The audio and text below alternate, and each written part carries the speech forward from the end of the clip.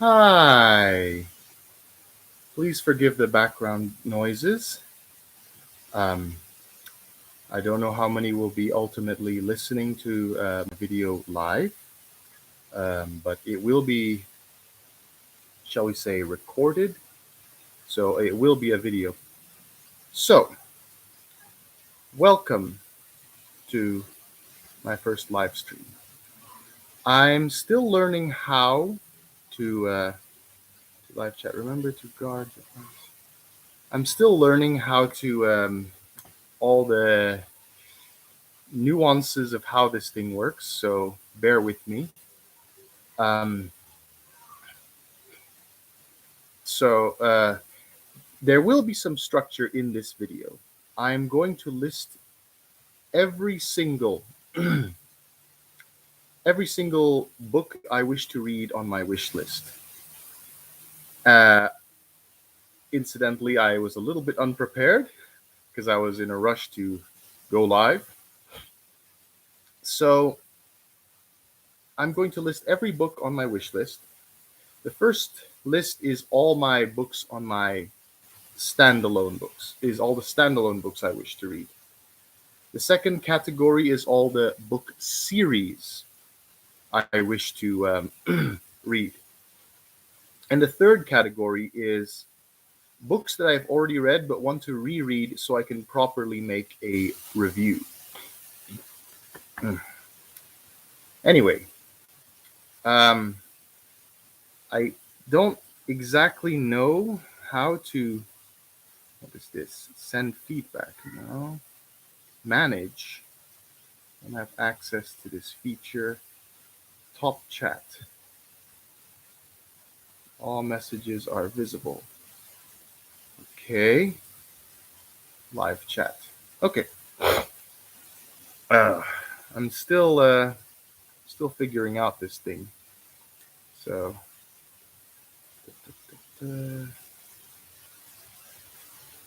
I don't know. Anyway,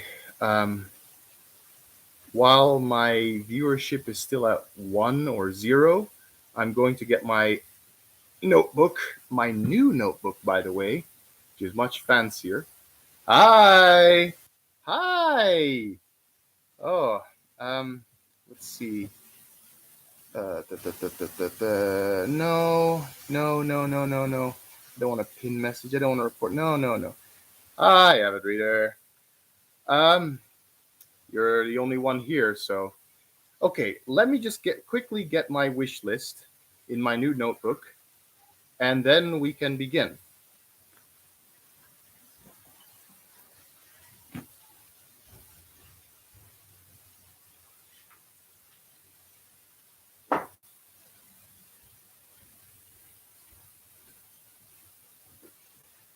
Oh boy.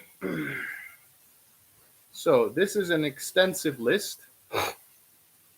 So I just mentioned the 3 categories: standalone books that I want to read, book series that I want to read, and books that I've already read but want to reread so I can make a proper review on book 2. Here's how it's going to work. Oh, and again, each of these 3 categories also have subcategories. Some of these books I already have but haven't read yet. Some of these books I've lost, and some of these books I still have to buy. And the ones I lost, of course, I have to buy again or find them. So I got this on my flight back from the Netherlands. It has this really nice rubbery surface, this notebook. I got this at the airport. They gave it to me for free. It's a Visit Malaysia notebook. I really like the rubber on this thing. Feels really nice. Anyway, so as I read them out to you, I'm going to leave a little bit of commentary on each thing. There's a cat out there. A cat in my attic. Stray cat. And there is a dog over there whining that he's chained up. And there's the kids downstairs being noisy. So there is going to be a ton of distractions. but I hope we can focus. So there's animals, there's motorcycles, and there's children. Anyway, let's subcategories. And is there anything else I needed to say? Oh yes. So I'm going to make a little bit of commentary about each book, why I want to read it, and so on. And if you have something to add, like saying, "Oh, if you like that book, you'll love this book," or "Hey, I want to read that book," or just a general question on what I'm talking about, or just general commentary, you can leave it in the comments section. So my chat is still at 1, so let's begin. So I have my list here. Excuse me. So the first book I want to read on my wish list. Now, before I mention the name of this book, I must give a trigger warning. This one's a super controversial book in light of what is happening in the United States. I want to read Mein Kampf by Adolf Hitler. Whoa, why? Of course I don't condone anything written in that book. Of course I don't believe in any of that stuff. But out of morbid curiosity, it's the forbidden fruit factor that makes me want to read that book. You know, getting into the mind of a psychopath. And in the past, I've read things like quotations from Chairman Mao Zedong. So I like reading political manifestos, you know, especially those of dictators. They're very colorful.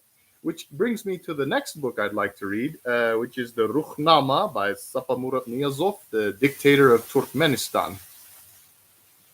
I read that soon after the COVID lockdowns arrived. Yeah. I'm sure you did. Anyway, Ruhnama, which is of course a collection of poetry and revisionist history by the dictator of Turkmenistan. This book is particularly outrageous because the dictator of Turkmenistan wanted to put it at equal level with the Quran, which is extremely offensive to Muslims. So you can imagine, because that's an Islamic country, an Islamic majority country. So that's the second book. So these are the political books that I want to read. The third one is the last one, which is the Orange Book, Reclaiming Liberalism, which has various contributors. And the book's titled The Orange Book, and I love the color orange, so that instantly got me hooked. It's written by various British politicians from the Liberal Democratic Party. It was published in like 2005.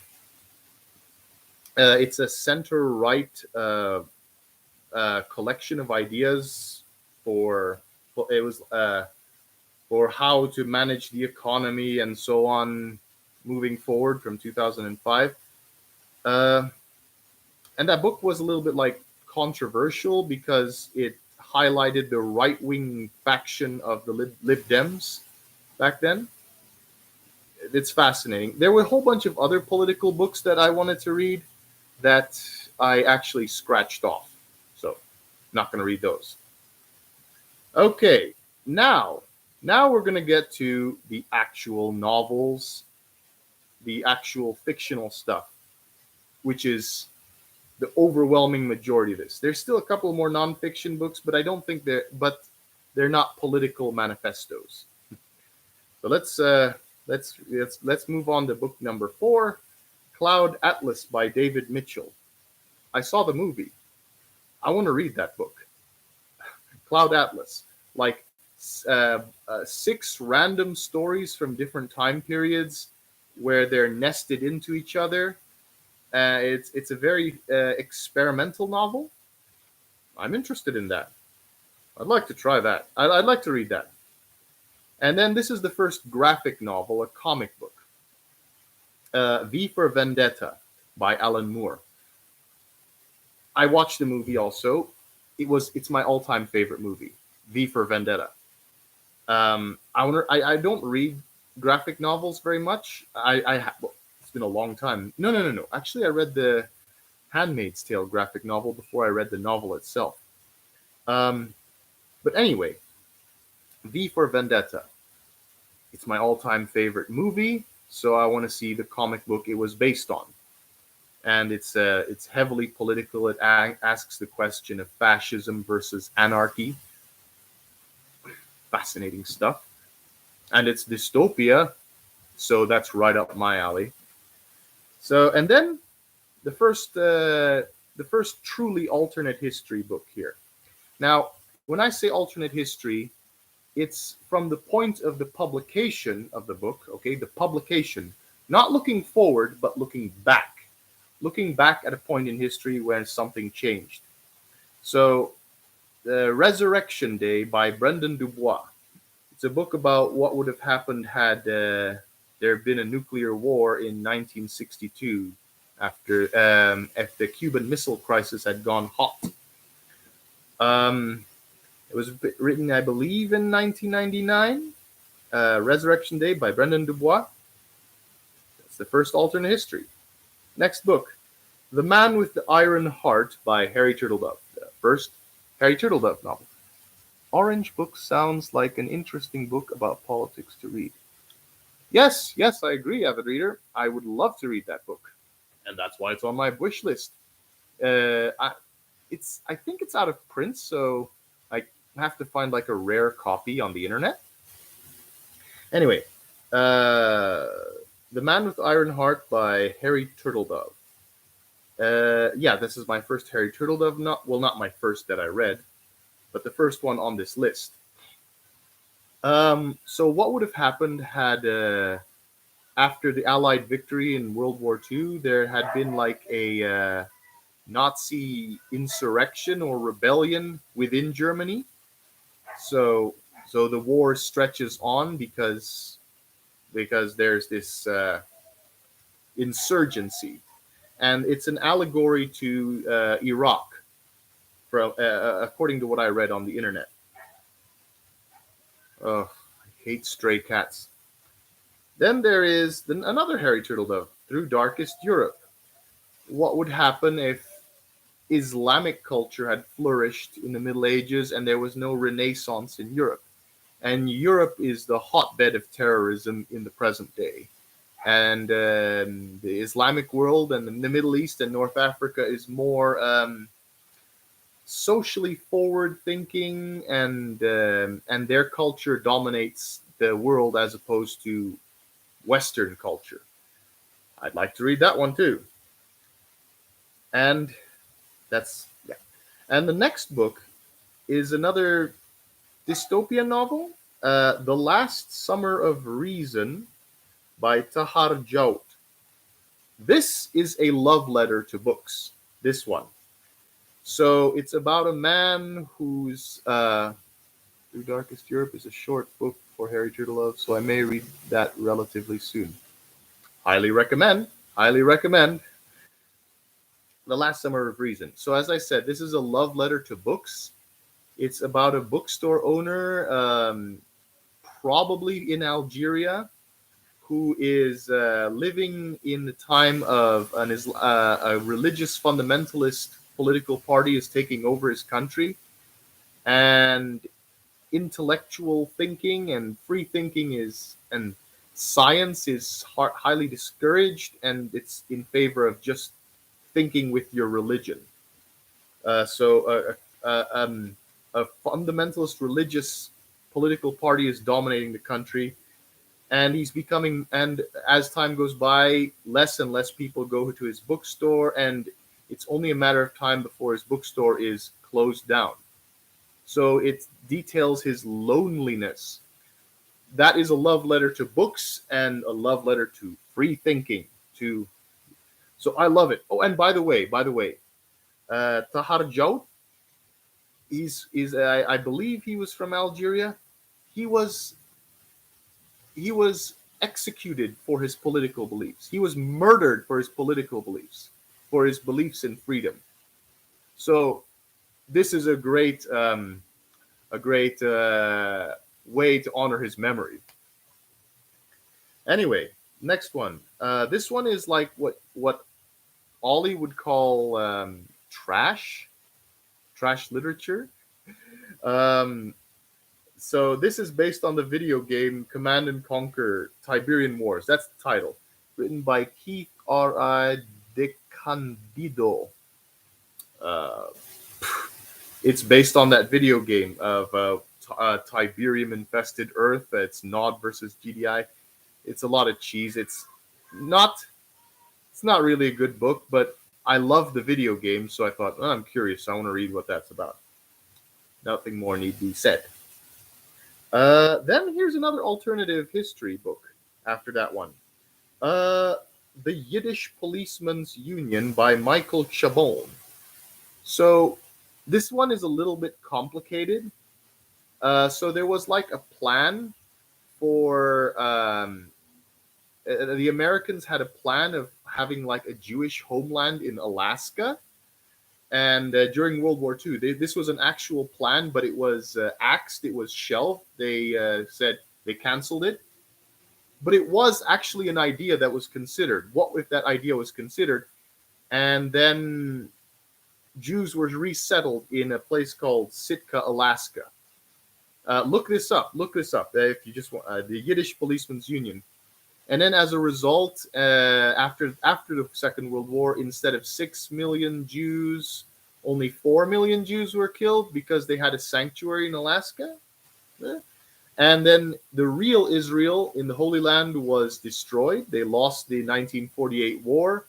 So the last sanctuary is in Alaska, but there's a time limit. There's a time limit until they either have to become like fully American citizens or they have to move. Before this little Jewish sanctuaries it expires. So then it deals with the life of this detective within this who's trying to solve a crime, and then there's all this political stuff going on in the background. I'm really considering reading the Yiddish Policeman's Union this month if I find the time. Consider it. Oh yeah, oh yeah. It's really it's one of the more popular ones. I'd like to read that one, and it is available on Tokopedia, which is the bookseller in Indonesia. And it can arrive in like 3 or 4 days if I buy the book there. Anyway, the next book on my list is The Wall by John Lanchester. This one deals with climate change and immigration. I'm actually considering scratching this one off because a lot of people discourage this one. It's a dystopian novel where the United Kingdom has built a wall all around the island, blocking out not only sea level rise, but immigrants. I heard it's actually very boring and plain book, but I love the concept of Fortress Island, Fortress UK, which is similar to World War II, but this time actually having a wall blocking out the sea level rise and the immigrants. Interesting. But again, I'm considering scratching this one off because a lot of people are saying it's a really boring 3-star read. 3 out of 5, because most people rate 5 stars as opposed to 10, which I do, and Avid Reader also does. Okay, the next one is this one is still on my list because I already bought it, but I still have to read it, so it is still on my wish list. Empire of Lies by Raymond Corey. What if in 1683 the Ottoman Empire won the battle for Vienna, and then they conquered the rest of Europe? But there's also a twist. Somebody from the present day did time travel and gave the Ottomans knowledge of how to build specific weapons not available in 1683. And then in the present day, 2017 Paris, in Ottoman Paris, some detectives find a naked man covered in tattoos. Supposedly, he's the time traveler. And the mystery flows from there. Interesting. Sounds like Guns of the South a little. Yes, yes, sounds like Guns of the South. Yeah, I agree. I agree. But so this is an interesting one. Ottoman Empire conquers all of Europe. In the present day, they're a very autocratic state, and they find the time traveler who changed history. What are they going to do about it? We're going to find out when we read that book. Okay, the next one is Tyran Leblanc by Jean-Maud Martorell and Martí Joan de Galba. This is actually a 1489, I believe. This one was written in the late 1400s in the Middle Ages. Although some might dispute that as the early age of discovery, because some people mark it at 1453. But this is the earliest known alternate history that I know of. So it's a medieval story about a knight who goes to the Byzantine Empire, and the Byzantines actually successfully defend Constantinople against the Ottomans. But this is very, very early. This is medieval text. This is a medieval alternate history story, late 1400s, looking back at 1453. Oh, I'm excited about that one. Tyran Leblanc.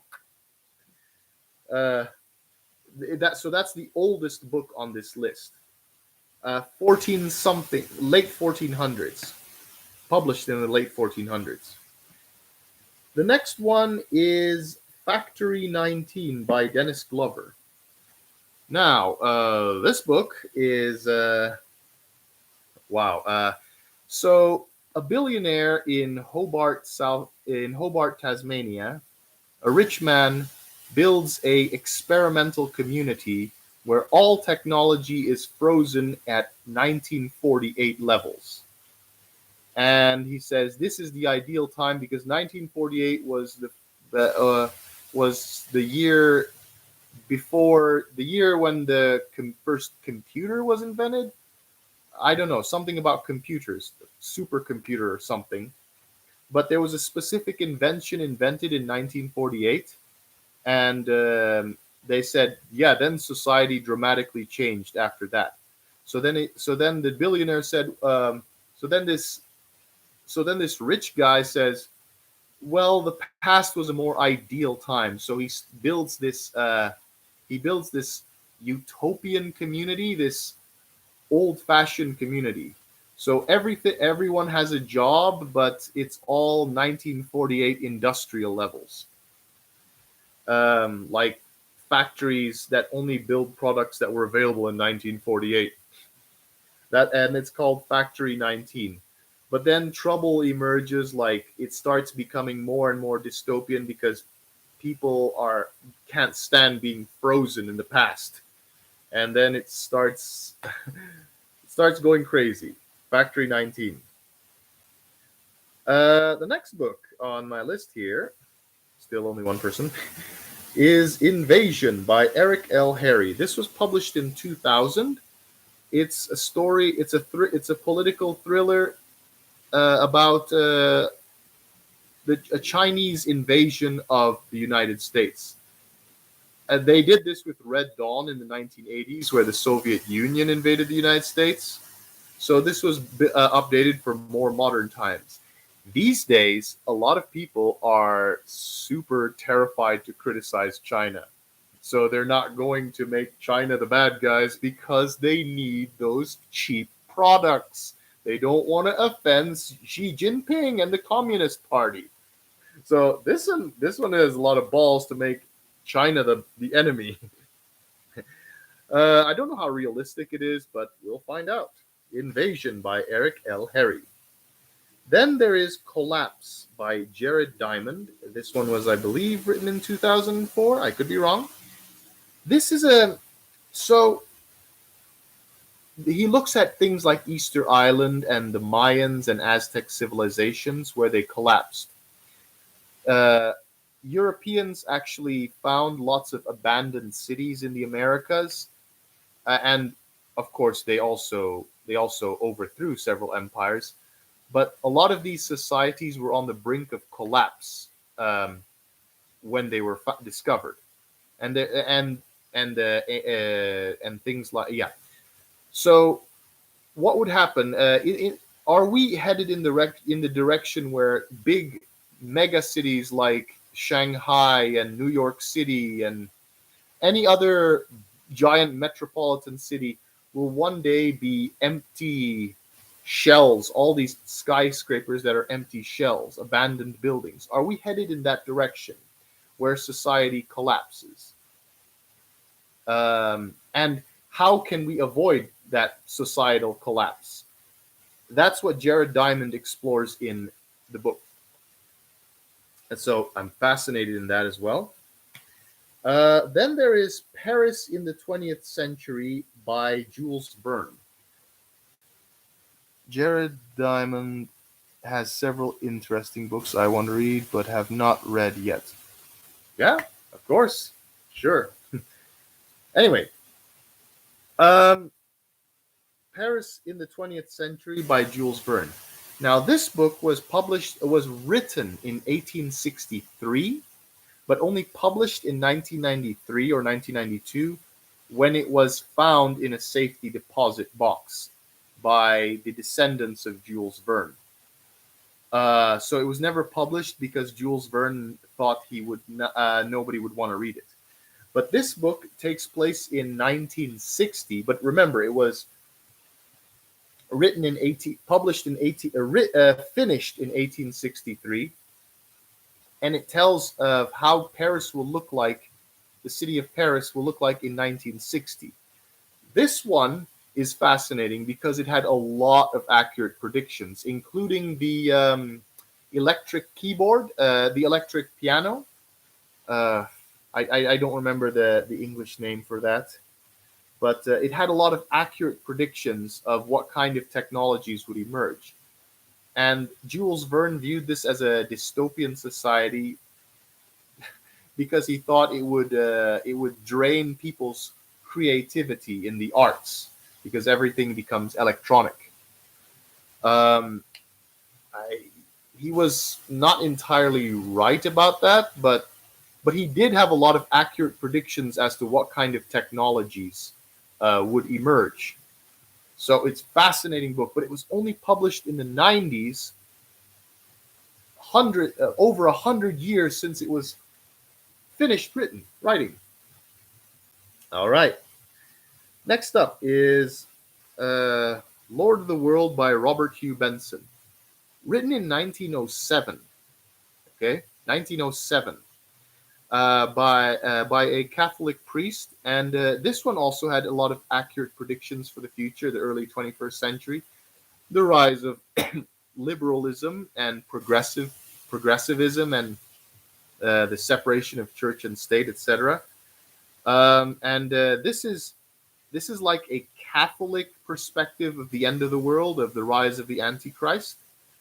But it had a lot of predictions. Not a lot, but it had some accurate predictions, and it's the earliest dystopian novel that I can learn of, where there is like an oppressive government. Well, that's actually debatable. You might have Jack London's The Iron Heel in contention with that one.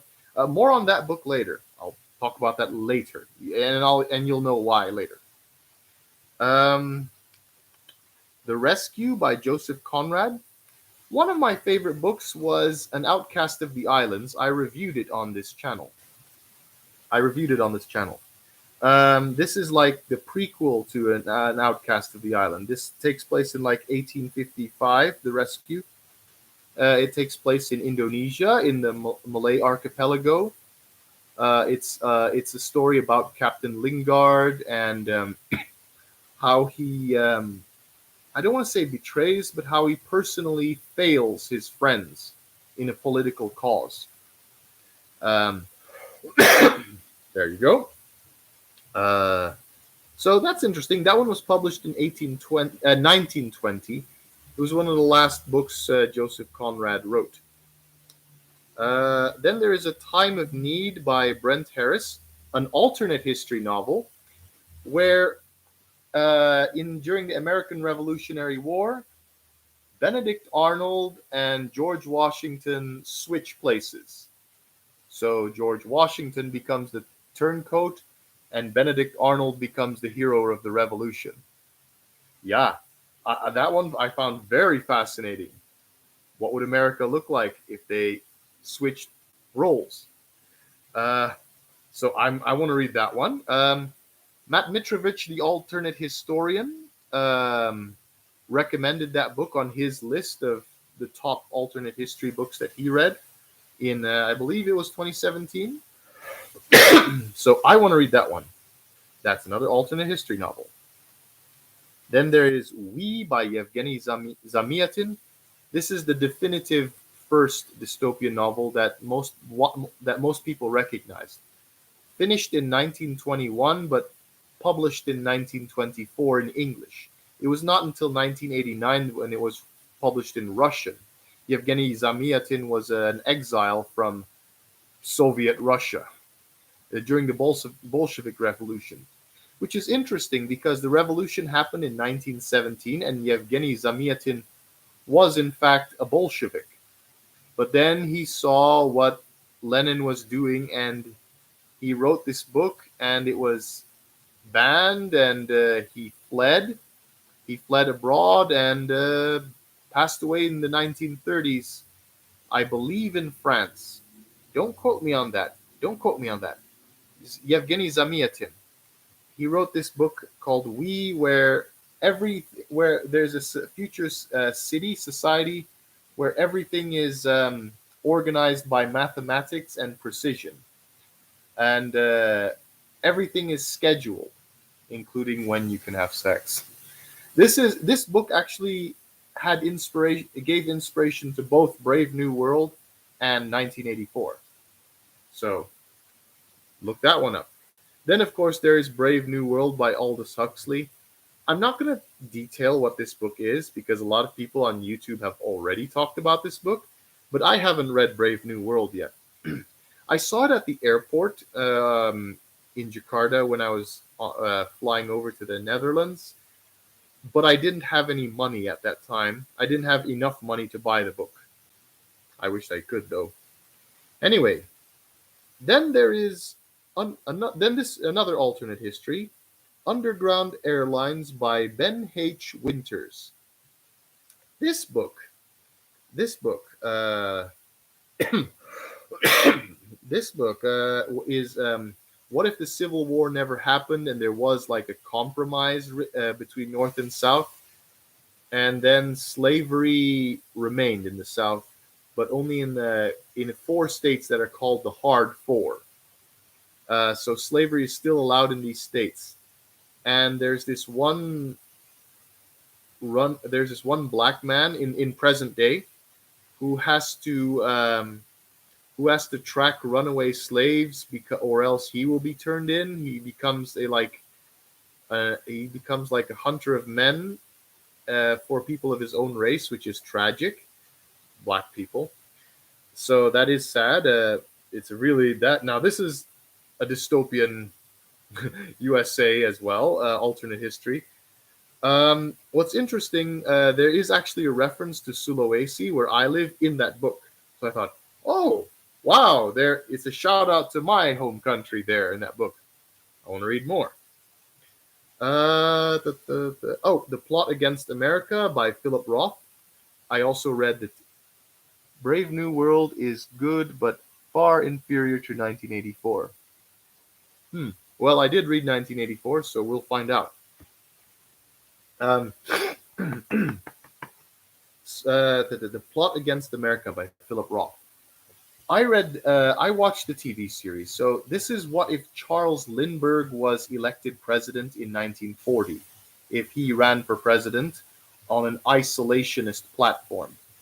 And it's similar to Dominion. He has like fascist sympathies, but he's not really an outright fascist. So he has the United States continue their isolationist policy during the World War II, but it's not so much about what happens in the rest of the world, but the persecution. And so he creates a culture in the United States where anti-Semitism is more generally acceptable. So mobs can throw stones at glass windows of Jewish stores, for example. And Charles Lindbergh fails to discourage people from harassing Jews. That's The Plot Against America by Philip Roth. Also interesting because that tells the story from the people who are persecuted, from the people who are the victims. It doesn't tell the story of someone in high office and has a bird's eye view, sort of like how I wrote The Coffee Thief, where the story is told from someone lower down in society, so they don't have a bird's eye view of the whole world. But it tells the story from a personal level. So I like that. I like the way it was written. That was The Plot Against America. Then there's Swastika Night by Catherine Burdekin under the pen name Murray Constantine. This was a book. This is a fascinating book. It was written by a woman. It was written in 1937, and it showed the future society. She wrote what Adolf Hitler's idea of world domination would be in its extreme. Now, in hindsight, it's alternate history, but this was 1937, so this was before the war and when Hitler was still in power. She had a vision of how Hitler would reshape the world over 100 years down the line, maybe hundreds of years, I don't remember. And it is a terrifying future. So she writes a really, really dark novel about a Nazi-dominated world. But again, not alternate history, because it was written in 1937, and she was looking forward from there, not looking backward. Swastika Night. So it's a fascinating, fascinating book. What if Nazis had dominated the world? Now, this was before World War II, mind you. So not if Nazis had won the Second World War, because the Second World War had not happened yet. But what if they had achieved world domination? So the next one is a young adult book.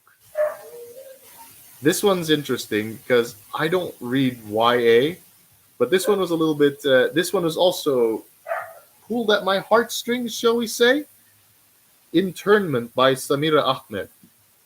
It's about a young Muslim girl in the United States who is put in an internment camp by the Islamophobic government of the United States. And then it tells her story of an uprising in the internment camp. And there was like trigger warnings for violence in that book. But it is a YA book, a young adult book. Which is interesting because I think this book is written mainly for young teenage girls and ethnic minorities in America. But it caught my attention. I thought, yeah, I want to read that one too. Then there is The Ministry of the Future by Kim Stanley Robinson. Kim Stanley Robinson is the author who wrote The Years of Rice and Salt, a book I will review in the future. The Ministry of the Future is a story about some governments getting together and forming like a ministry, like a group that will assess the future health of planet Earth, that wants to come up with creative solutions to solve the issues of climate change. So governments get together and form this kind of focus group. So this is actually a utopian novel or an optimistic novel, which is fascinating. I want to read that one too. Anyway, the next book, and yeah,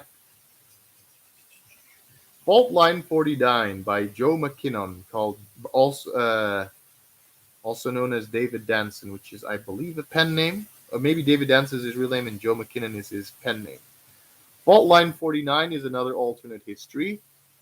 What if through I don't it's a convoluted story, but what happens if 9/11 happened in Canada, and then I believe an American building in Canada, like a World Trade Center, like some American building in Canada, like an embassy or something, is bombed, and then the United States invades Canada as opposed to Iraq, because a building that is, I believe, owned by the Americans, some building in America in Canada is bombed, and the United States reacts by invading Canada. I don't know. There's actually a lot of the story is very vague. I'm not given a lot of details, but I'm also interested in that one. Fault Line 49. Then here's a children's novel, The Orangutan Rescue Gang by Joyce Major. This book my dad had, but he lost it. So a little girl tries to bring a baby orangutan back to safety in the wilderness, back to its mother, I think, which is a cute kid story. But my dad is like, that's one of my dad's pet projects in rescuing orangutans. So it was written by Joyce Major in 2019. Love to read that. Then there's a Star Wars book here. Now this was pre-2014, before the Disney takeover. Darth Bane, Path of Destruction. So it's the story of a Sith Lord, Darth Bane, hundreds of years, who created the so-called Rule of Two in Star Wars lore, by Drew Karpyshyn. I butchered that name, I'm sorry. It's the story of the Sith Lord who made the rule that only two Sith Lords can exist at any given time. I saw the cover of that book, and I thought it was awesome. Many years ago, I saw it in a bookstore that's now closed. I want to read that book. And this was Star Wars Legends, Star Wars Expanded Universe before the 2014 Disney takeover. Okay. Next up, another alternate history novel, The Two Georges by Harry Turtledove. What if there was no United States? What if United States remained a part of Britain? If all the grievances of the colonialists were of the colonies, if all the grievances about taxation without representation were actually met, and the Two Georges is a reference to George Washington and King George, and it takes place in a present day where all of North America is like Canada, but it's named something else. I don't remember. There's actually another book which is like a pseudo history book written in the 1970s with a similar premise. I didn't like that one. Is like just a pseudo history book, not an actual story. The Two Georges is an actual story, and so I want to read that one. Mirror by Graham Masterton, published in 1988. This is a horror novel that I wanted to read, that I had in my library, but for some reason it disappeared. Someone must have stolen it or whatever, I don't know.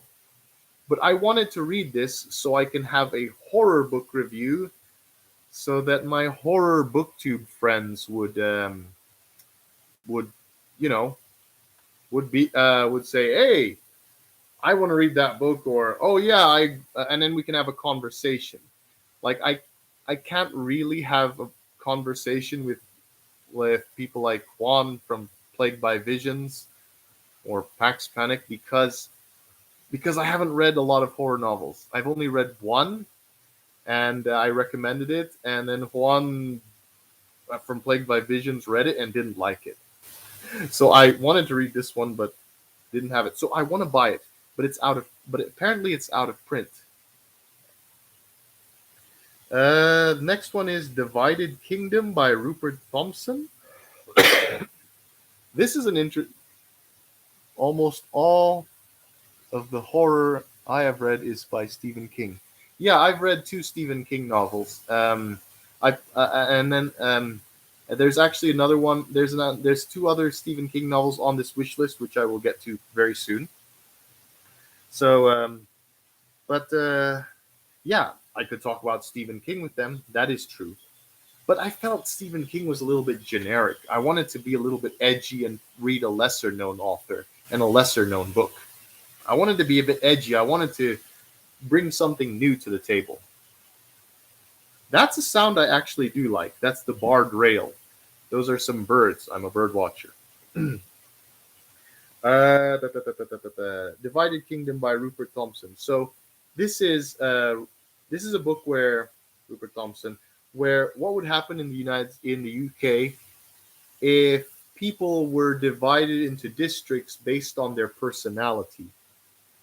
So they're born in a district, and then when they reach a certain age, they're like given a test as to what their personality is, and then they're brought to the one of the 4 or 5 corresponding regions of the UK where they will fit in.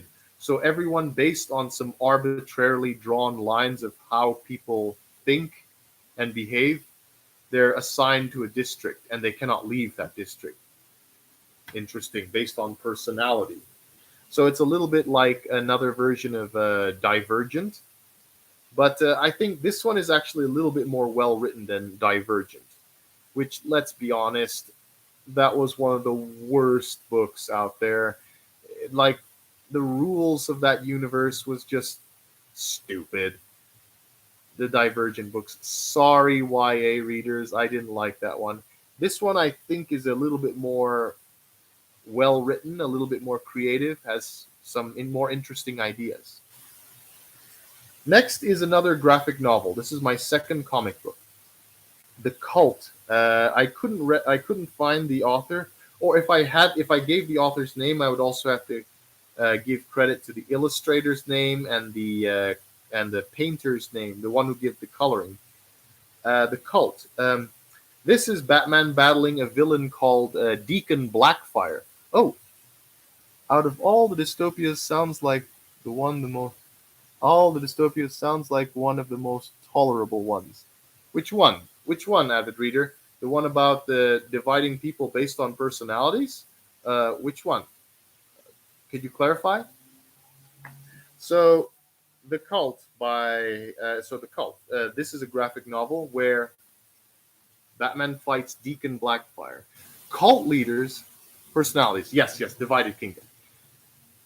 Cult leaders like Charles Manson, Jim Jones, and let's see, Jim Jones, the Heaven's Gate cult, various suicide cults. Cult leaders are scary, scary villains. So this one grabbed my attention. This comic book grabbed my attention. Batman fighting a cult leader. So where he recruits all the homeless in the sewers to make a private army beneath Gotham City. Anyway, maybe I chose a bad time to do this live stream, but I'm going to continue anyway because I'm going to get this video out there. Okay, let's see. Then there is a murder mystery novel called Northwest Angle by William Kent Kruger. There's this geographical anomaly beyond the 49th parallel north in the United States called the Northwest Angle in Minnesota. And then I actually Google searched that area because I found that fascinating.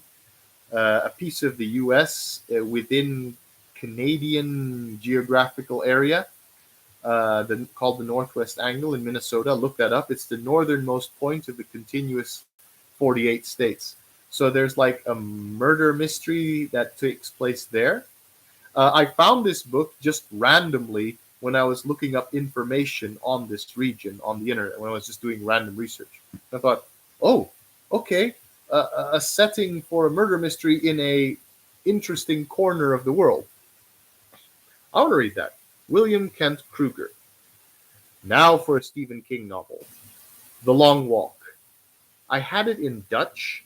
I wanted to do this program where I want to read it in Dutch, but if I read it in Dutch, I would be continuously consulting Google Translate and I'd be reading it at a snail's pace. And I would not be able to participate in BookTube. I DNF, like done not finished, that book. Maybe I should just read it in English. It's where a group of kids in a dystopian America are enter a competition where they have to walk till only one stands, and there are various rules. There's some guy on the internet who goes around telling everybody about this book. I didn't appreciate his comments in my comment section in my video because he makes this long list of correction. You said this wrong. You and this is what I this is this is that, and he was like so condescending. But anyway, it's a story about a group of boys that have to walk until only one is standing. The Long Walk by Stephen King. It's actually one of his. Mr. Nitpick. What do you mean?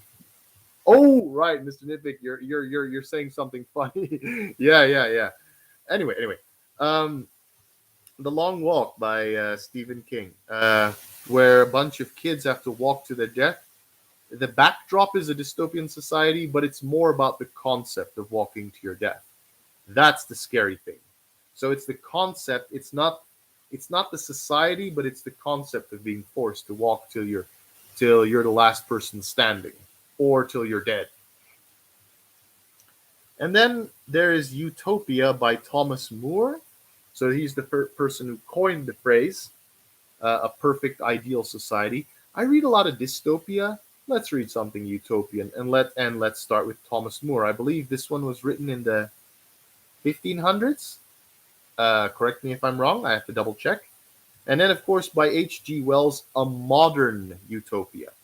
So I've been talking to you a lot about dystopias in this book, in this video. So let's look at the opposite. Let's look at utopia. Let's look at the ideal society. More utopia is a dystopia. What do you mean? What do you mean? Utopia is an idealist vision which cannot be achieved because no one agrees with what a utopia is. So it's a totalitarian state. Moore's utopia. I thought you said more. Oh, okay. Well, in hindsight, because he was written with slavery. Yes, but remember, this book was written in the 1500s. In the 1500s, he had a vision of what the ideal society would be. The Greeks had ideals over their civilization. The ancient Greeks was the pinnacle of modernity, of the pinnacle of human thought. Uh, but and in some ways they still are. But I think we've gone beyond the ideas of the ancient Greeks. Women couldn't vote, even though they actually invented democracy. Women couldn't vote, and only people who served in the military could vote, and there was still slaves. But that was Athenian democracy. But what I'm saying is, the point I'm trying to make is the Greeks had ideas of an ideal society, and but they could only see as far as their perception of the world. And Thomas More could only see the world from his limits of what idealism is. Humanity over time progresses to a more idealistic view. First we freed the slaves, then we give the women the right to vote. Then we give LGBTQIA plus rights. Society evolves, and then sometimes people are products of their time, you know? So, but then, okay, but what about A Modern Utopia by H.G. Wells? Let's look at that one. That one I would like to read. Okay. Then this one is a classic. Ben-Hur, A Tale of Christ by Lew Wallace. So this one is of course based on the Ben-Hur film. It was written in the 1880s or 1870s. This is like a person who met Jesus or who is a contemporary of Jesus, and his encounters with Jesus changed his life trajectory. But it also tells the story of where his life was. He became like a chariot racer in Rome, which is interesting. Um, Ben-Hur, A Tale of Christ. So it's based on a classic novel, which is a bestseller, and which was even given like honors from the Pope, which is interesting because Lew Wallace was not a Catholic. Anyway, Ben-Hur, Tale of Christ. It's a classic I want to read. Okay. Then is First Among Equals by Jeffrey Archer. I've read two Jeffrey Archer novels. He also writes a lot of political intrigue in a similar vein to Robert Ludlum and and what was his name? Robert Harris. So, First Among Equals tells the story of the political careers of four British politicians. Uh, I'd like to read this one because there's actually an interesting thing in this. In the American version, because the author is British, in the American version, they cut out one of the four characters. They omitted the chapters of a fourth character because at the time they thought that Americans cannot understand multi-party politics.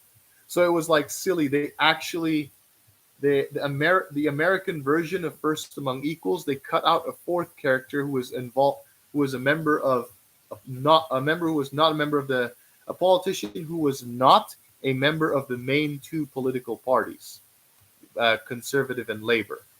So they thought Americans cannot understand third parties, so they cut him out. So I hope I can find the original and see, really? Americans cannot understand this? Then, of course, there's A Very British Coup by Chris Mullen. I've already read the sequel, The Friends of Harry Perkins. It's about it's about a left-wing prime minister who is overthrown by by the political establishment, a soft coup, if you will. Uh, this one was actually a bestseller because there was like some. They said it turns out there was like an MI5 spy within seeking to undermine Harold Wilson's government in the 1960s. I believe that's how the story went. So it was based on something real, and then it got a lot of attention in the 1980s when it was published. That's interesting. I want to read that because I've already read the sequel, which was don't read it. I don't recommend that one. Okay, next is 7 Days in May, which is a military coup in the United States, written by Charles W. Bailey II and Fletcher Knebel. This one was written in the early 1960s during the Cold War, and it was in the wake of Eisenhower's speech about a military-industrial complex, where the generals think they know better how to run a country than the politicians.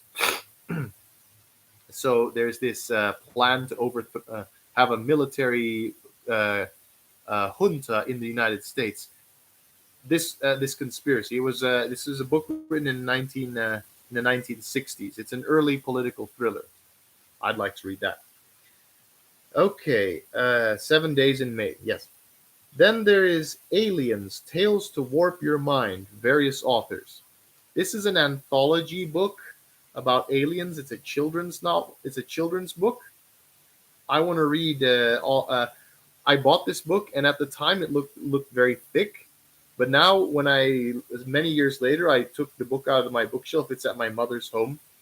I looked at the pages again, and then I saw it was very large print. So I thought, oh yeah, I can read it. But when I was a boy, when I looked at that book, it looked intimidating to me because it was thicker than my Goosebumps books. What did I know, huh? So now I thought, oh, children's stories about their encounters with aliens. Yeah, sure, let's read it. An American military junta is scarily kind of plausible, as the American military is a much more popular institution than Congress. I agree. I agree. I totally agree. That is a scary thought. Yeah, I'm glad there was only like one military coup in the history of my country. That was 1965. That's a long story. But yeah, that is scary.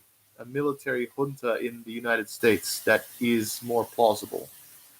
Um, there was like several attempts in the Philippines. Most of them failed.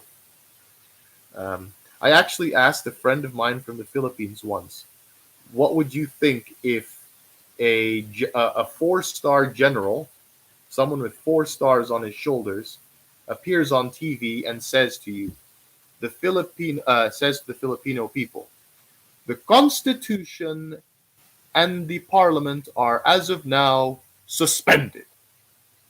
Well, how would you react? With outrage, I would expect. He gave a more nuanced answer. He gave a more nuanced answer. I don't think it would be tolerable in Europe, though. Well, anyway, let's keep going. So yeah, aliens, tales to warp your mind. I explained that. There's another anthology book here called 100 Malicious Little Mysteries, also by various authors. This one is like there's some crime there, there's some mystery, there's a little bit of creepiness. So there's like some soft horror in there.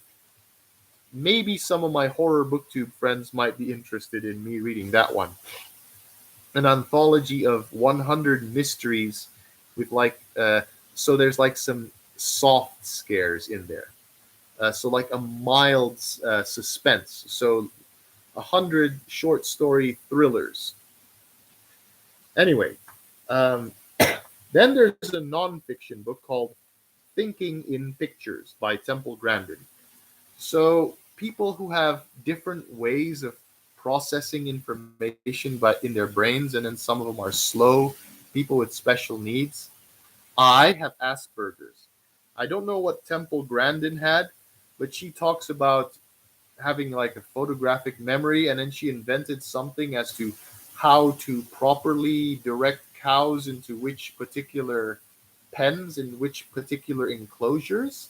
She like built a maze, and she said she used her she used her photographic way of thinking to construct this invention of how to direct cattle into the proper enclosures. I want to read that because I have Asperger's. I wouldn't consider it a handicap. It just means I have a different way of processing information. I don't often immediately reveal that to people because I don't want people to think I'm some kind of charity case. So that's why sometimes people think when they talk to me, they think he's a bit arrogant. No, no, I just think differently. Maybe I might have a little bit more emotional detachment. True story. True, all of this. So, Thinking in Pictures by Temple Grandin. Next one is Origin of the Species by Charles Darwin. This is the guy who, uh, in fact, let me just take my copy of that book. I have it right here.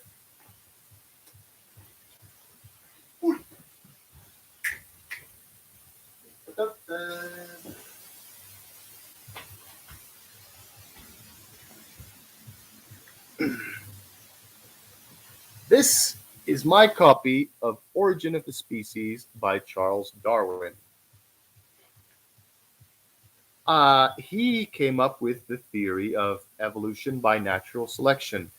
So, this is a classic, and it's a classic nonfiction, and it's a very popular nonfiction book. I'd like to read it. He actually uses an example about finches of birds evolving, and I'm a bird watcher myself, so this book is right up my alley. It's science, so and it's evolution. Uh, by the way, by the way, there's those young Earth creationists who don't believe in evolution. In the hospital bookstore where I found this book, At the time, I believe, uh, at the time, what was it? I had a mole removal, or my daughter had dengue fever. I don't remember why I was in the hospital at that time, but in the hospital bookstore when I bought this book, this is true. This was put under fiction. Some some really naughty young Earth creationists put it there, I suppose. Screw you, screw you, young Earth creationists. I don't want anything. Yeah, yeah. I don't want anything to do with anyone who does not believe in evolution. So I don't. I want to build bridges between people of different political ideals and people of different religions. I don't like to. I don't like to burn bridges. But if you don't believe in evolution, you're not my friend, and I don't want anything to do with you. Okay, so that's Origin of the Species by Charles Darwin. Then this is my only U.S. Civil War alternate history. I'm not interested in Bring on the Jubilee. I'm not interested in How Few Remain. This is the one Civil War alternate history, U.S. Civil War alternate history that I want to read. It's called Gray Victory by Robert Skimm, published in 1988. This book takes place in 1866 after in 1964 Abraham Lincoln loses re-election to his Democratic challenger. And the story is an interesting perspective. It takes place in the South, in the Confederate States, and a general is on trial. I don't remember which general, Robert E. Lee, I think, or someone else, is on trial for losing the Battle of Gettysburg in 1863.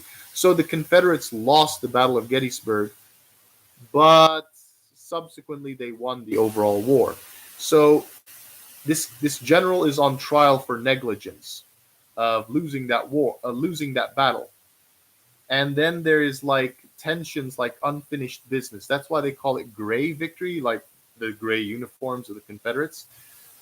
But there's like this political tension between North and South. Like any moment, civil war could erupt again. So it's one of the most realistic and more cautious forward looking, not ambitious forward looking, like 100 years, 1,000 years into the future. It's like immediately after a specific event. So the author wrote an alternate history, but he was very cautious not to move too far into the future. Gray Victory by Robert Skimm. This is the alternate history book of the U.S. Civil War that I want to read. Then there is a book called Never by Ken Follett. This was recommended to me by another booktuber. Um, what was his name?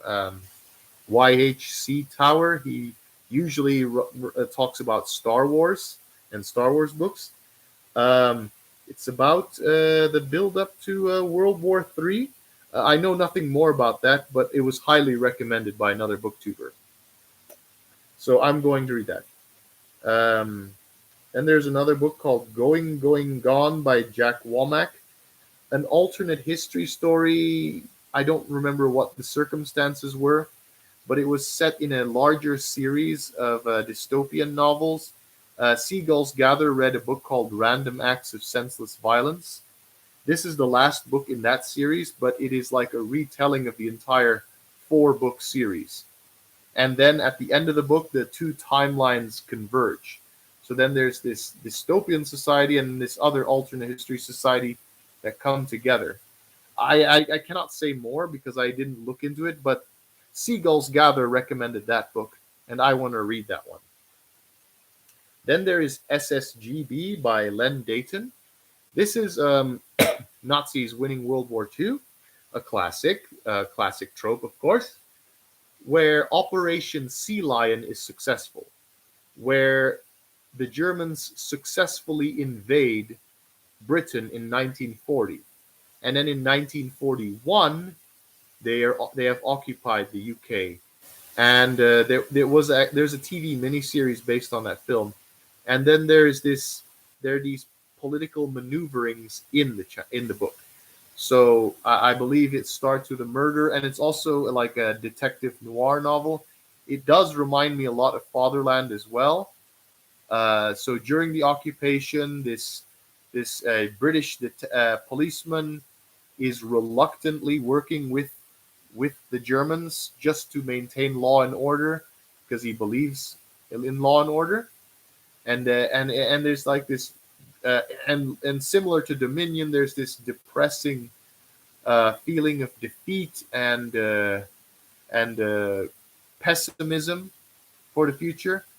And it's a very uncertain future because Britain is now occupied, and I believe there's some like political maneuverings within the UK to drag America into the war to save them. I don't know. Uh, SSGB by Len Dayton. It's also it was only written like the story is also like Grey Victory, set only 1 year after the point of divergence. So if you might have noticed, and when you read my book, The Coffee Thief, you might have noticed that I like alternate histories that don't jump more than like 10 to 20 years, more than 10 to 20 years into the future after the point of departure. Because the further along you get along the timeline, the more unpredictable it gets. So if it's just 1 year, 1 year down the line from the point of divergence, mine is 9 years down the line. But if it's just like 1 year down the line of point of divergence, um, that's the most cautious and realistic kind of alternate history. So those kind of books I really, really appreciate. Okay. Now, next book, Against All Enemies by Tom Clancy. This is a book I DNF'd, done not finished, because I was outraged at the author's unfriendly language. The story is about what if a Mexican drug cartel formed an alliance with Taliban warlords in Afghanistan so that they can have the opium from Afghanistan, bring it to Mexico and smuggle it to the United States.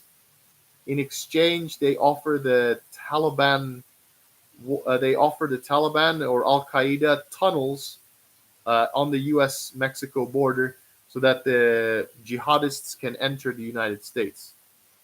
That's the story. Uh, Crazy story, I know, but I have that book. I wanted to read it, but Tom Clancy's language is very unfriendly. He like he doesn't come off as a very good storyteller. So I have had difficulty, but I'm thinking maybe one day I will try to read that book. I believe the Taliban suppressed the drug trade in Afghanistan, so that's a weird plot. Yeah, yeah, that is. Yeah, it is. It is.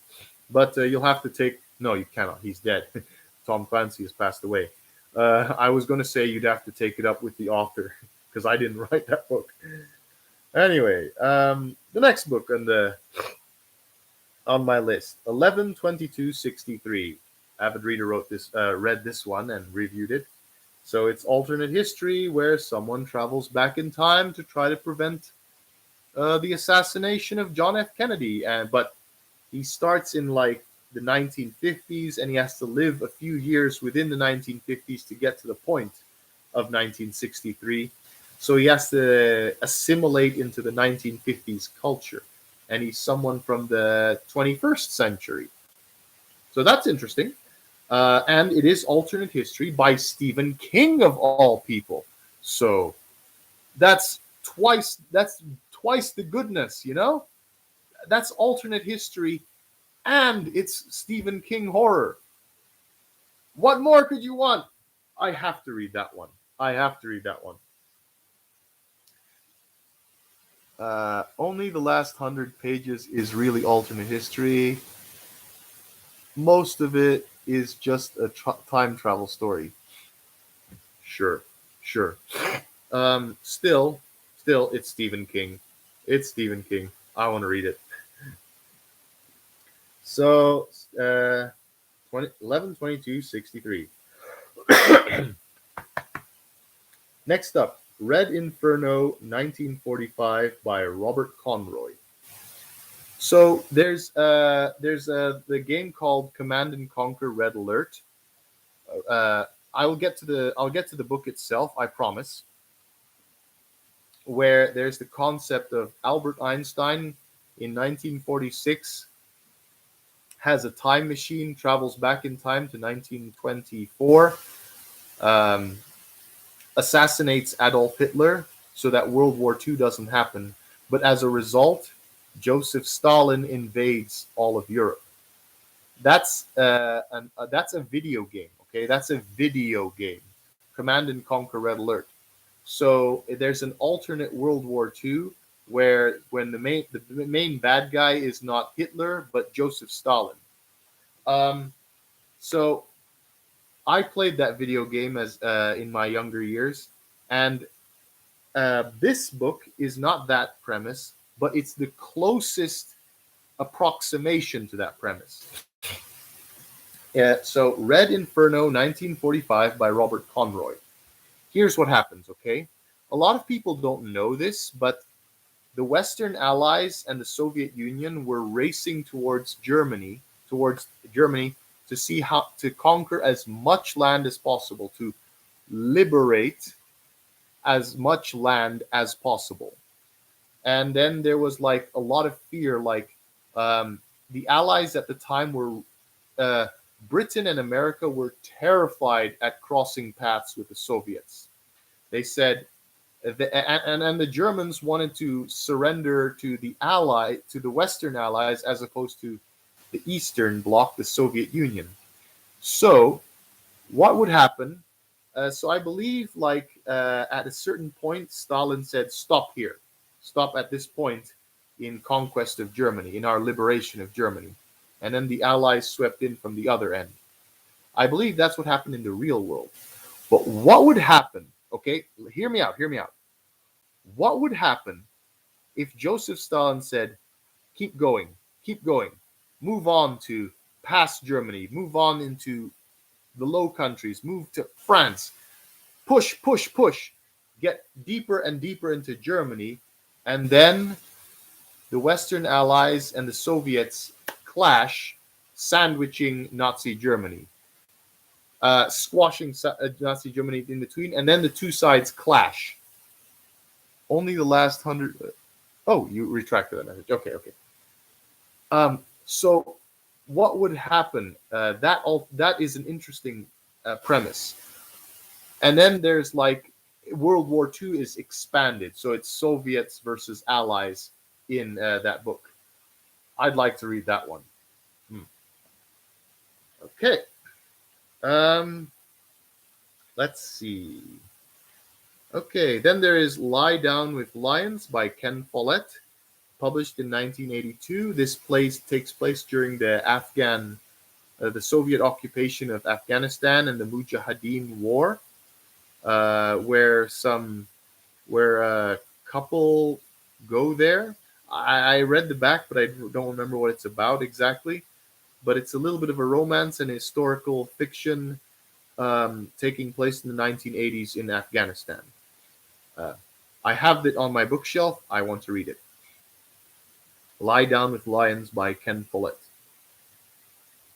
Have you read anything by Ken Follett yet? Not yet. That will be my first. Excuse me. That will be my first. Next novel.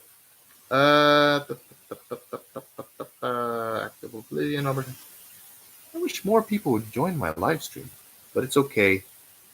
People will watch this video later. I'll have comments.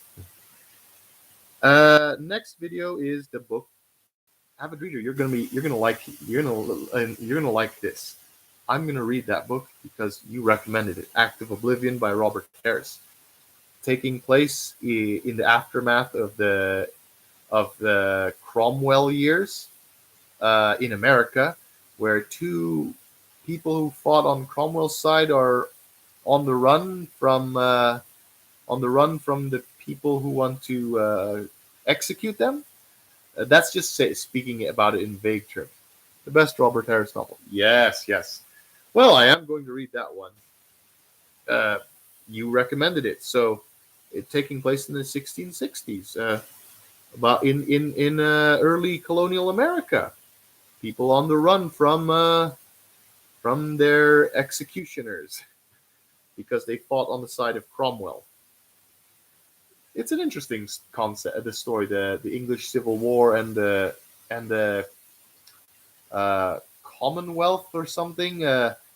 When Cromwell was Lord Protector, that was like the Republican experiment.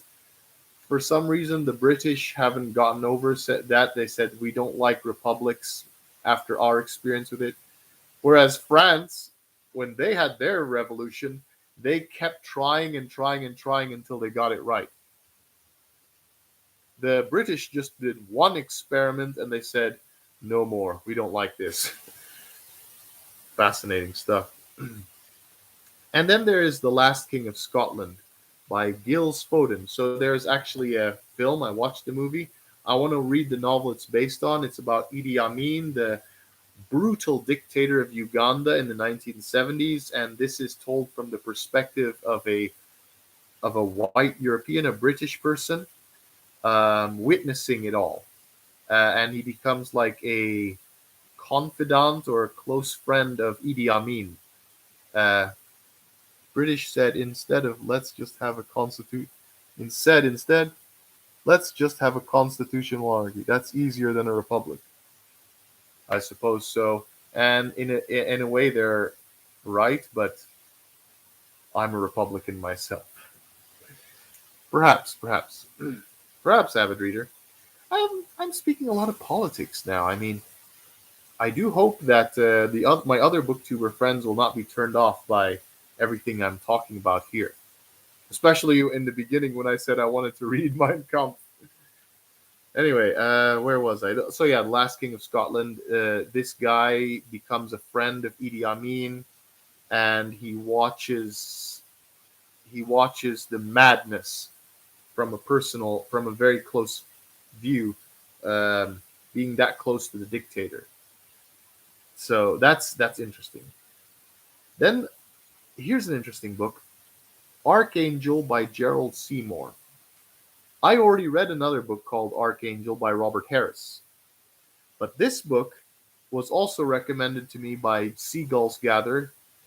Um, he mentioned it's about someone escaping a gulag in Siberia and trying to make his way to safety. And it said it reminded him of my book, where my character escaped a sulfur mine. So he's escaping a prison camp and then entering the wilderness. Archangel by Gerald Seymour, written in the early 1980s. So Seagulls Gather said, "Hey, your book reminds me of this book." So I thought, "Oh, really? I want to read that book." The concept of escaping a prison camp and trying to survive in the wilderness. Then there is a book called These Kingdoms, written by Kenneth McKenney. It's a historical novel in the 1660s in Mexico, where the last pocket of Mayan civilization is deep in the rainforest, and the people who want to go for gold, he wants. So there's this. I believe there's this British guy or someone who wants to pay off a debt or something. So then they go.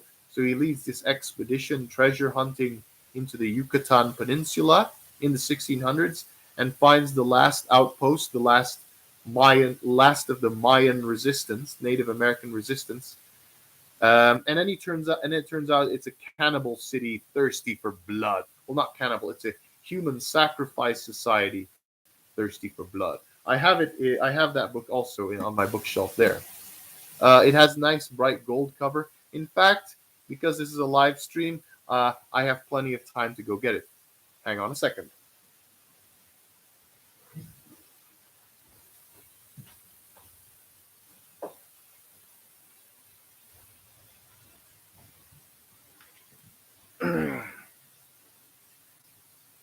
These Kingdoms by Kenneth McKinney. It's a nice bright gold embossed cover. I was attracted to the cover, and it's a historical fiction about a treasure hunt in the Yucatan Peninsula gone terribly wrong. So now, let's see. And the last one on my standalone books list, Whirlwind by James Clavell. So James Clavell wrote several really gigantic books, including Noble House and Shogun. He writes historical fiction taking place in East Asia, but this one takes place in Persia, in the Middle East, in Iran. And it's the story about the Iranian Revolution of 1979. It was his second to last novel. His last novel was actually a condensed version of Whirlwind, but it's a story about the Iranian Revolution in 1979, the Islamic Revolution. But he wrote several stories that take place over various periods of history. But I was interested in more recent history, and this is like over 1,000-page novel. James Clavell. He's more famous for his book called Shogun, which is 1600s Japan. But the one that I noticed was a book called Noble House, taking place in 1960s Hong Kong, and I have it in my library, the library I work at, and it's a really, really fat book. It is one of the biggest paperback books that I have ever seen. I have no idea how that spine could survive that many pages. It's a huge book, huge. But anyway, Whirlwind by James Clavell is similarly thick, and but it takes place. It's about the Iranian Revolution. I don't know anything more about that. I haven't done my research, but I want to read that one. Okay, let's see. Now, let's talk about the book series that I want to read. Series I want to read. So, David Wingrove's Middle Kingdom series, I talked about this extensively in other videos. David Wingrove wrote 8 volumes in the 80s and 90s about China taking over the world and building a gigantic hive-like city over all the continents. And there's like hundreds and hundreds of levels. And the punishment for committing a crime in this society is you have an apartment on one level. If you commit a crime, maybe short of outright treason, your punishment is you are lowered several decks. You have to go several floors down, and you're reassigned a smaller and less luxurious apartment. That's your punishment. And the more crimes you commit, the further lower down you get. And the further up you are, the wealthier you are. And you can actually buy your way to the top. And the richest people, including the emperors of 7 continents, live at the top level. So it's a giant hive-like city. And it's 8 large books. You can see the collection in the back there. I read all 8 books, but then it's been recast to something like 20 books. So he's made several shorter volumes and added in new material, including a prequel, including 2 prequels. I want to get the whole series over again. I have the original 8, but I want all the newer ones. And they're hard to find because they're not the best sellers. But this is my favorite, and I mean it, my favorite science fiction and dystopia book series. Not my favorite book of all time, or not my favorite book of all time. That award goes to Musashi. But my favorite science fiction and dystopia, the Middle Kingdom series by David Wingrove. I love that. I love the story of that society. If you do choose to read that book, by the way, there's a lot of sexual violence in it. So just trigger warning there. The next one is Das Kapital by Karl Marx. Again, I read several political manifestos. This is Marx's criticism of a capitalist society and how it functions. I want to read it. It's it's not proposing an alternate. It's not proposing an alternative. It's just highlighting the flaws of capitalism. Of course, he is dead wrong in many ways because humans will not just because his proposal in the Communist Manifesto, which I also read, human beings by their nature will not say we will work as hard as possible for only as much as we need. That's not how humans think. Humans will want more. People will want luxury. People will not just be satisfied with, oh, this is just the right amount. No. My answer to that is we do live in a world of finite resources. So we need a new way of thinking how to manage our world's resource and manage expectations. You want to earn $1 billion, a billion US dollars, or 2 billion US dollars? Why do you want to expand that to 10? You have to have some more realistic ideas over how wealthy you can actually get. Humans work due to incentives. True, true, very true. But anyway, this is me personally preaching. Like I said, infinite growth is not possible. I'm actually going to talk more about that in my review of Jennifer Government coming up tomorrow. I'm going to post a review of that book tomorrow. I actually have a half-hour video of that, so it's a deep dive. Stay tuned for that book. Stay tuned for that review of that book. But Das Kapital, it's in my series list because it's 3 volumes. The Sunset Warrior by Eric von Lustbader. Now this is a fantasy book about a post-apocalyptic society in a fantasy world, and it has a lot of Asian influences. I read the first 3 books, and there's a total of 5 books in that series. So I want to read the other 2 because I've already read the first 3. It's one of the few fantasy books other than the Mist books that I want to that I want to read. I don't read a lot of fantasy. And then there is I want to read An Inconvenient Truth by Al Gore, and he's wrote like 2 sequels to that book about warning about the dangers of climate change. My father, of course, is well known here in conservation circles. So environmentalism is in my blood. I'm a nature lover, etc.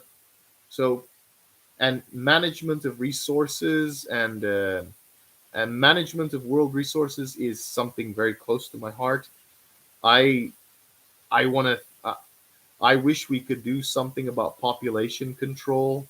You know, I know these are hard questions to address, but it is something very, very important to me. So Al Gore's environmental books, I'm interested in that, in reading that. Okay, and like I said, it's a series because it's multiple books. And then here's another fantasy book I want to series I want to read called Tales of the Otori by Leon Hearn. There are now 5 books in that series. It's an Asian fantasy based on Japan, so Japanese culture, Japanese-based fantasy. Uh, Interesting about warring clans, etc. If I read fantasy series, I hope I can also have something to talk about with the fantasy booktubers, not just. And I want to have something to talk about with the horror booktubers. So I want to expand my horizons here. Then, of course, there's a classic, all the Foundation books by Isaac Asimov. Foundation predates Star Wars and Star Trek and Dune, so it's one of the earliest space operas. Foundation series. There are several books in that series, and then there's a book called Axis of Time, where modern navy travels back in time. A modern day army finds like some kind of portal and travels back in time to World War II era, and then it causes the whole timeline to go chaotic. But this one attracted my attention because it's the book series of Axis of Time by John Birmingham. It's kind of alternate history and time travel. Um, takes starts off The story starts off in Indonesia of all places. So any book that shouts out my home country, I want to read it. And Axis of Time, it's about a modern day army that finds some kind of wormhole or something and travels back in time to the World War II and fights with modern weapons in World War II. I think. And then the timeline becomes all mixed up, and I think like there's like a threat of a collapse because of time paradoxes. Anyway, the Axis of Time series by John Birmingham. And then there's a series recommended to me by Ecofictology with Lovis Geyer, The Birder Murder Mysteries by Steve Burrows. So these are books about murder mysteries based around bird watching community. So that's right up my alley. I'm a bird watcher. The Birder Murder Mysteries by Steve Burrows. It has like several books in that series, and they have these really weird names based on bird names, egrets and sparrows, etc. It's right up my alley. And the last series on my list is A Song of Ice and Fire by George R.R. Martin. Yeah, this series. So there's a lot of like history. There's of course Fire and Blood, but there's some other pseudo history books of A Song of Ice and Fire as well, in addition to the main series. And there's also a book detailing all the maps. There's like a map collection of all the lands in A Song of Ice and Fire. I want to read all of that. I've read the first 5, and I know The Winds of Winter is coming out. I don't want to read Fire and Blood yet. I mean, I will, but they say it's going to be like a 2-volume collection. I'm not going to read the first one until the second one is available, so I can read both at the same time. I'm not going to let George R.R. Martin give me another unfinished product. A DNF, the second book in A Song of Ice and Fire. I like the first book though. Yeah, we all have different tastes. I like the book series. So a lot of people right now are promoting Fire and Blood. I'm not going to read that the first volume until the second volume is available, because I'm not going to let George R.R. Martin give me another unfinished product. Give me another unfinished book series. So I'm waiting for the second volume of Fire and Blood to come out so that I read both. But the original 5 I've already read. Okay.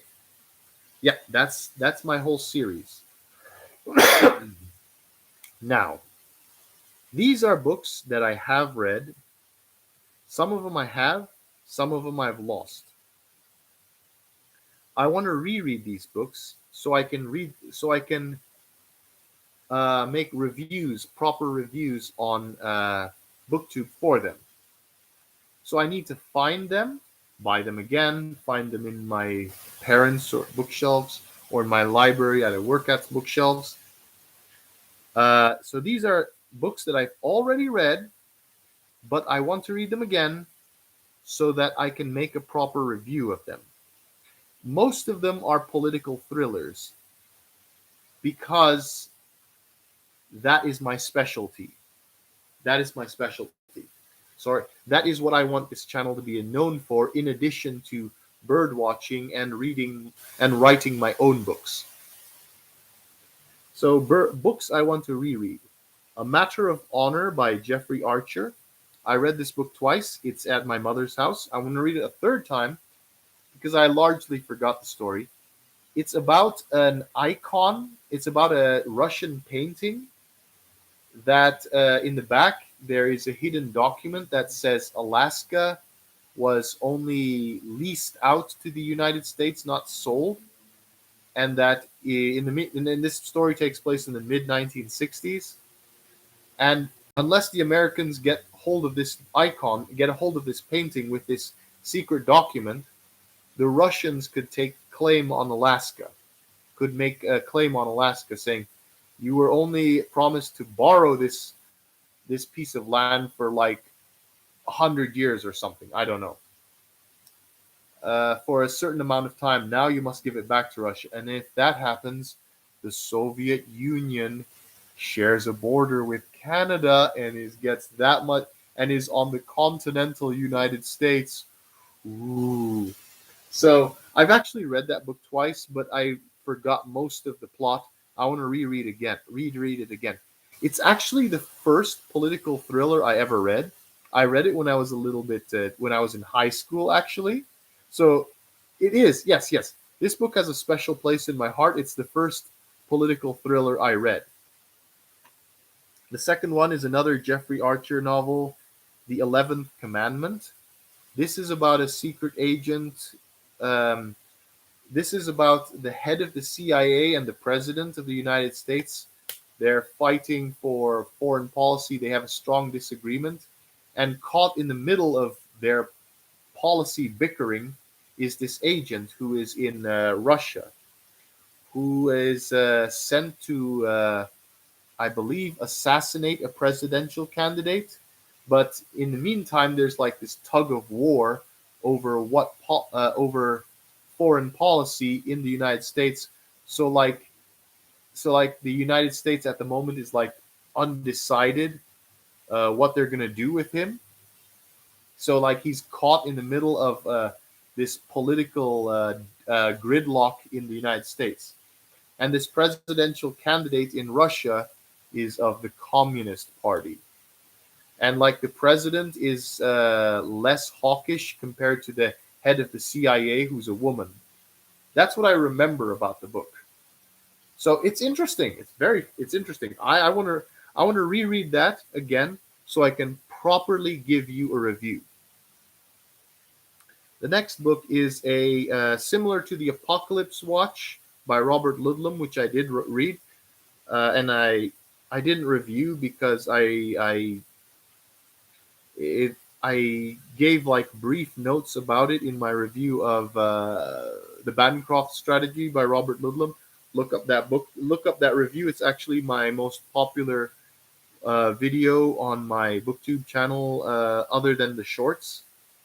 So, but the Croesus Conspiracy by Ben Stein. So, like the Apocalypse Watch, this is also a Nazi conspiracy where uh, a group of people from Germany um, lobby the United States government to give nuclear weapons, to rearm and give nuclear weapons to West Germany, so that Germany is a force to be reckoned with once again. But this group of people was founded on by Hitler. But their primary motive is not to reassert the Nazi ideology. Their immediate concern is to lobby the United States government to give weapons to the German government. That is not Nazi. So it's a little bit weird. It's convoluted, but that's the plot in the Croesus Conspiracy by Ben Stein. It was published in 1978. Again, that was a library book. Again, I want to reread it so I can give a proper review here. Next up is a book called Sword of Vengeance by Mark Olden. It's about the spirit of a samurai warrior reincarnated as a modern day uh, secret agent, policeman. It's a very strange story, but this one will be good for next year's Garb August. Looking at you, Ollie, it's a bizarre story. Uh, it's it's a strange story about reincarnation and and about the soul of a samurai warrior taking a revenge on the reincarnated soul of his enemy in the modern day. I know, weird, isn't it? Again, I want to reread that one. Now, I did say I wanted to read the I want to reread The Iron Heel by Jack London. I printed it out as a PDF book from the internet, a free PDF file, but I want a proper novel so that the pages are two-sided. Um, this is the earliest dystopian novel. Jack London was this is his most political novel yet. Jack London was most known for his nature novels, from the perspective of dogs. So, but this was his first political book. Well, not his first, but this was his most political book, and it's the if you don't, it could be in contention with Lord of the World. Lord of the World is a little bit more unclear, but this is probably the first book dealing with a dystopian government. The first book published in 1908, which predicted the rise of fascism, which predicted World War I and the 1929 economic stock market crash. So it predicted all of those things. Jack London was right about a lot of things: the rise of fascism, World War I, and the 1929 stock market crash. The book details the stories of America's deterioration into oligarchy, where the wealthiest individuals know that a Soviet revolution is, not Soviet, where a socialist revolution is imminent. So then there's this backlash, and there's this government, there's this reactionary government that emerges called the Iron Heel. So that's reminiscent of Mussolini and Hitler during the 1920s and 30s. This pushback against socialist revolutions, this really nasty reactionary force that emerges as a counter to communism. But Jack London talks about it happening in the United States in 1908, which is fascinating. But a lot of the book in the beginning is just like a political manifesto masquerading as a novel. So like half of the book is just a character called Everhart talking with his political opponents, having a conversation. So half of the novel, most of the action happens in the latter half, but half of the novel is just some guy going around talking to his political opponents, having a back and forth conversation. And according to another booktuber, he said there was this style of literature was very popular in the olden days. Does the war and Great Depression happen before or after the institution of the oligarchy?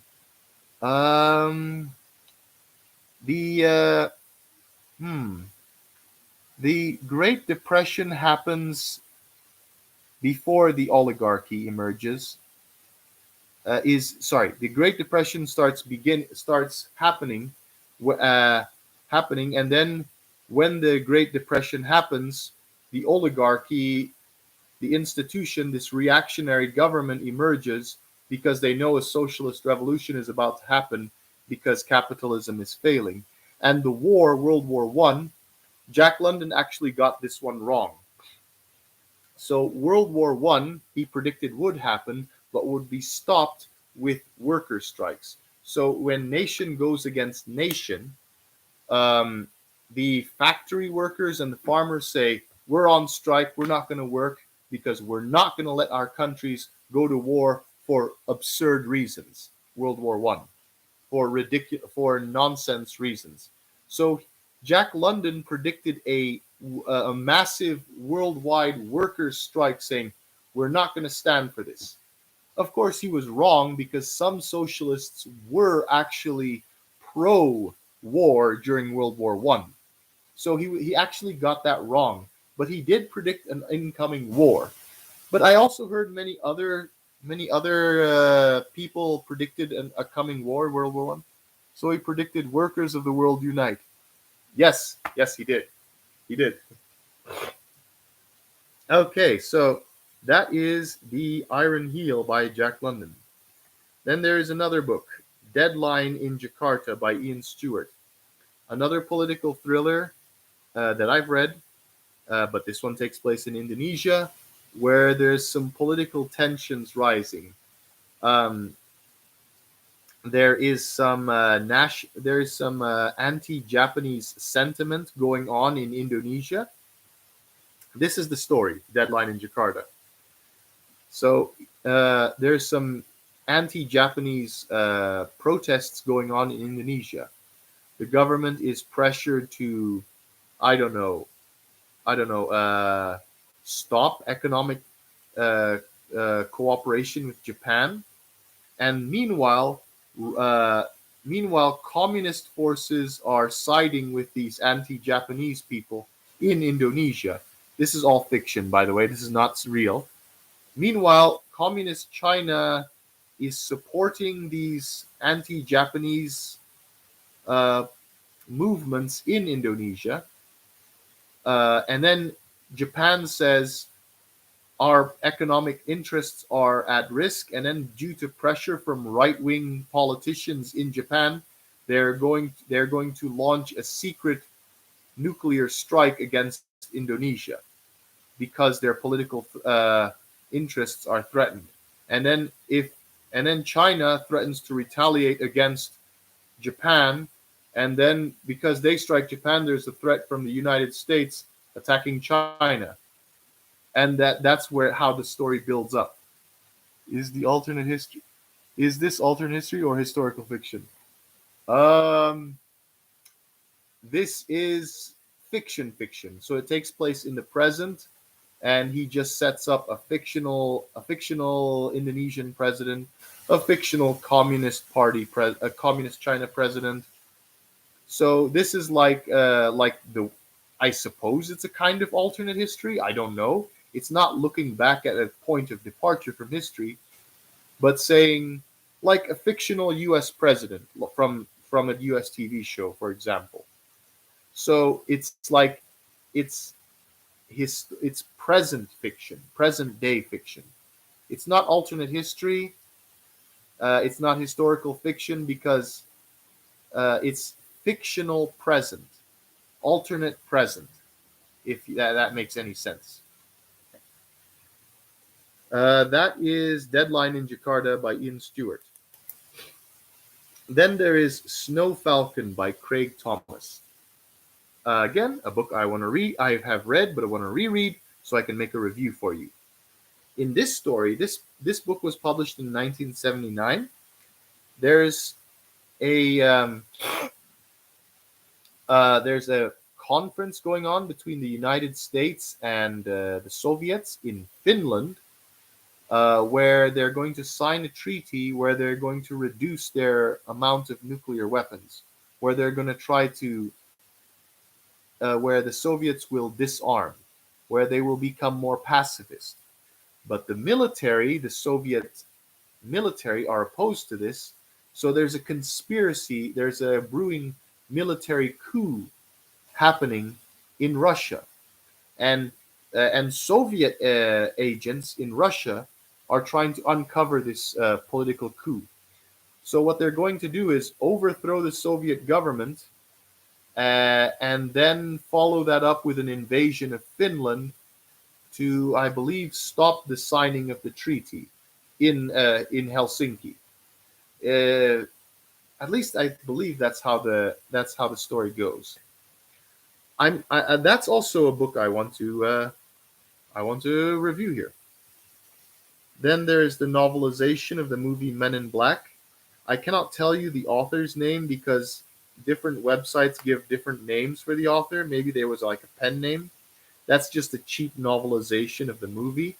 Also, another book for Garb August coming up next year, Criminology. I'm not going to get into the story of that one. Just look up the movie. It's just a novelization of that movie. Then there's The Scarlatti Inheritance by Robert Ludlum. This is a historical fiction, and I talked about this a little bit in my Robert Ludlum video, in my the Bancroft Strategy Review video. The story goes, um, a wealthy millionaire trust fund baby. So there's a wealthy family called the Scarlattis in the 1920s America, pre stock 1929 stock market crash, and this son of this wealthy old lady um, becomes friends with Adolf Hitler and his Nazis during the 1920s. Now remember, during the 1920s, the Nazis were in the political wilderness of Germany. This was before the 1929 crash, but after it takes place in 1925, 1926, but after the failed 1923 beer hall putsch. So wealthy son, this wealthy man, uh, has a friend who is a Nazi, and he wants to give his family's stock, his family's fortune. He wants to sell his securities, which is stocks. He wants to sell them illegally to the Nazis in Europe. And it is up to his mother to stop this plot. So she tracks down her insane son to stop the Nazis from getting this large injection of cash. And remember, this is pre-World War. This is a Weimar Republic conspiracy. Interesting. So I want to read that one too. I want to review that book too. Then there is a book called The Whole Truth by David Baldacci. I talked about this book in my Lost Books series and my Lost Books video. So I made a video talking about how I lost some books that I wanted to reread, and this one I lost. It's about somebody. It's similar to that 1997 James Bond film, where a media mogul, manipulates the political situation so he can have attention-grabbing headlines. Another political thriller by David Baldacci. It's a similar premise to the 1997 James Bond film Tomorrow Never Dies. The Whole Truth by David Baldacci. It's similar. I want to read, like I said, I want to reread it so I can properly tell you what it's about. And then there's a nonfiction book. Last book, we're almost at the 2-hour mark here. Last book in this video, Act Normal by Hans Kladenbach, which is 99 tips on dealing with the Dutch. This book is dated, but it's a cultural book talking about how you should present yourself in the Netherlands. What's the proper table manners, what you should and should not say, how to conduct yourself. And amongst those things in that book is punctuality. The Dutch value punctuality. A lot of those things have changed because this was published in 1994. Can you post the books in your wish list in the description afterwards? It's hundreds of books. I could try. I'll try putting it in the description afterwards, after this video live stream is uploaded. It might take some time though. I'll try. I'll give it a try. But so Act Normal by Hans Kladenbach. It's how to conduct yourself in the Netherlands, but it's dated. But it's interesting cultural relic from the 1990s that I want to read. Because some things haven't changed. The Dutch still value punctuality, arriving on time. There you go. So, thank you, avid reader, for participating in this live stream. I'm sorry it's just the two of us. I suppose I entered I suppose I did this live stream at the wrong time. Maybe I should do that on like Saturday mornings, which is when I notice most booktube activity happening, or Sunday nights, because that's when most booktubers upload videos at those times. So I should take a live stream on a Saturday, or a Saturday morning, or a Sunday night. That's when people are most active. I chose now because I'm still new at this, and this was the most ideal time for me. I also wanted to do this live stream just before I uploaded my review of Jennifer Government. So stay tuned for that. So back-to-back videos this time.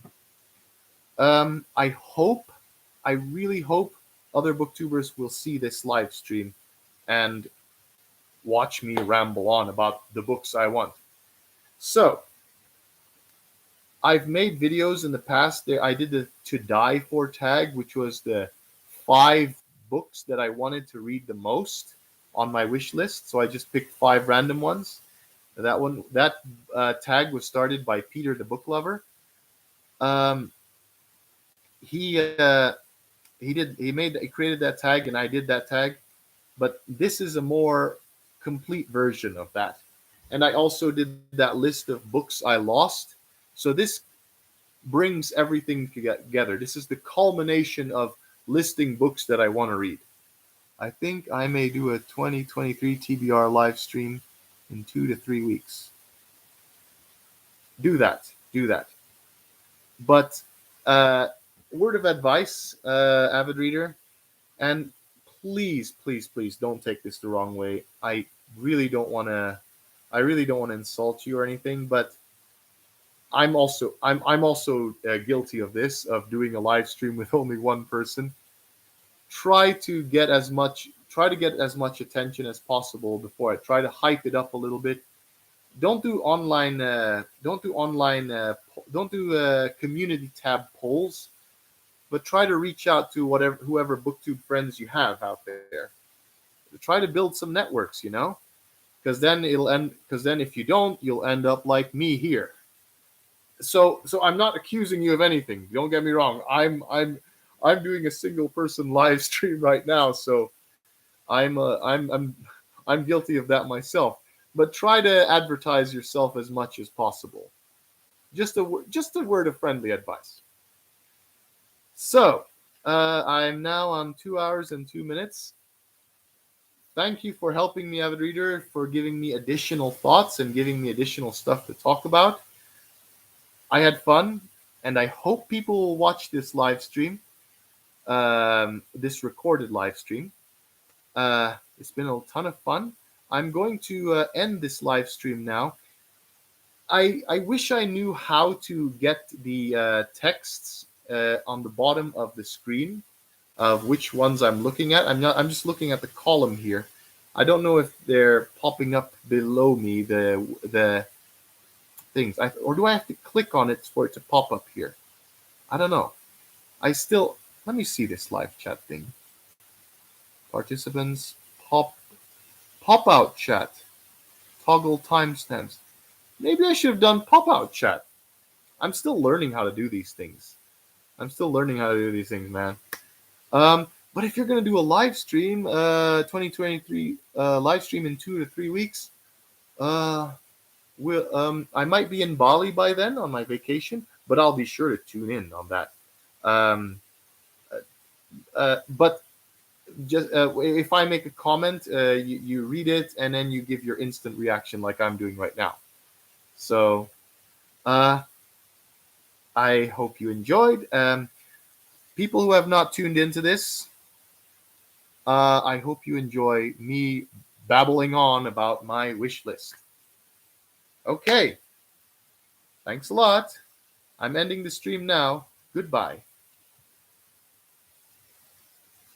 You know a lot of interesting alternate history books. Yes, I do.